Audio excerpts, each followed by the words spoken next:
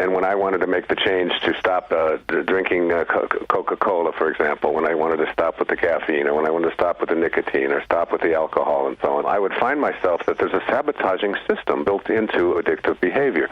And this sabotaging system is one that really, because I think that things like sugar, which is one of the things you're addicted to, I can feel it, is something that is an entity all unto itself, and it has almost a design on you, and it begins to speak to you in a certain way, and it begins to say to yourself, you begin to say, well, I'm going to overcome this, this overeating thing, this lack of exercising thing, and the entity, whether it's cocaine or whether it's sugar or caffeine or whether it's alcohol or whatever it might be, almost speaks back to you and says, you think it's going to be that easy? You think I'm going to let go of you quite like that? Like everything in the universe has an energy system.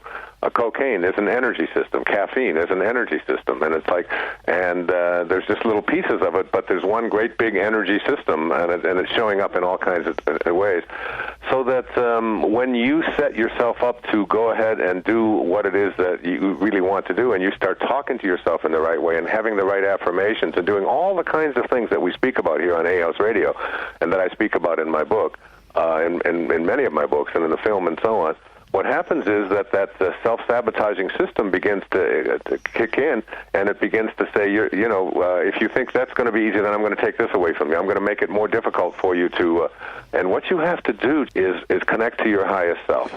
And the highest place within you is really God. And so it's like, instead of saying, I've quoted this a few times on the show, my friend Patty Davis, who was President Reagan's daughter, who was, if you know anything about her, was a cocaine addict. Well, Reagan was president and had a terrible relationship with her father and with her mother and so on. And she used to say, I'm going to quit this, but I'm going to stop disappointing myself. I'm so tired of disappointing myself. And every time she would do that, again, something would come in and she would sabotage herself, and she'd go back on another binge, and before you know it, she'd be right back where she started.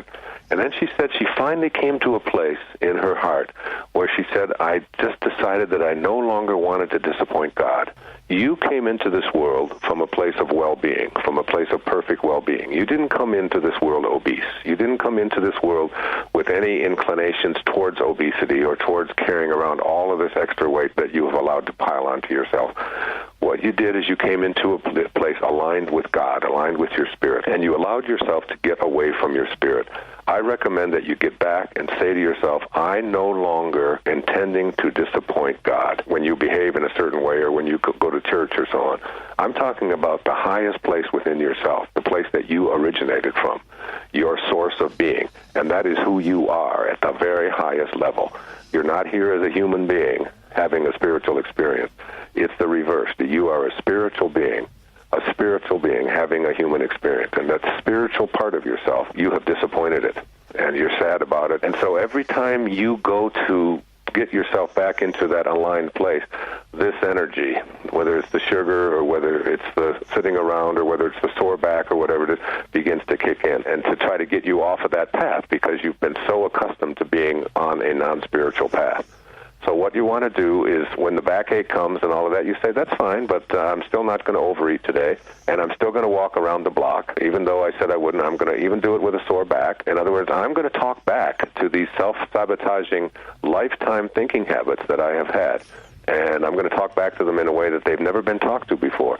And as you begin to make that shift into the truer statement, which is, I have within me the capacity to be the perfect well-being person that I was intended to be, and you hang on to that affirmation consistently, when the backache comes, you'll just ignore the backache. When you say, I'm too tired, you'll ignore the tiredness. When your schedule changes and it just seems like you were all ready to go do your exercise and it doesn't work, you'll do your exercise before you go to bed. You'll sleep a little bit less, whatever it might be. You'll start to use the discipline that you have, that your spirit is speaking to you of, instead of the part of you, the ego part of you, which is always looking for some reason to stay and do the easiest thing. The truth is that all you get is today. We all know that. This is, you get the present moment, you get the now.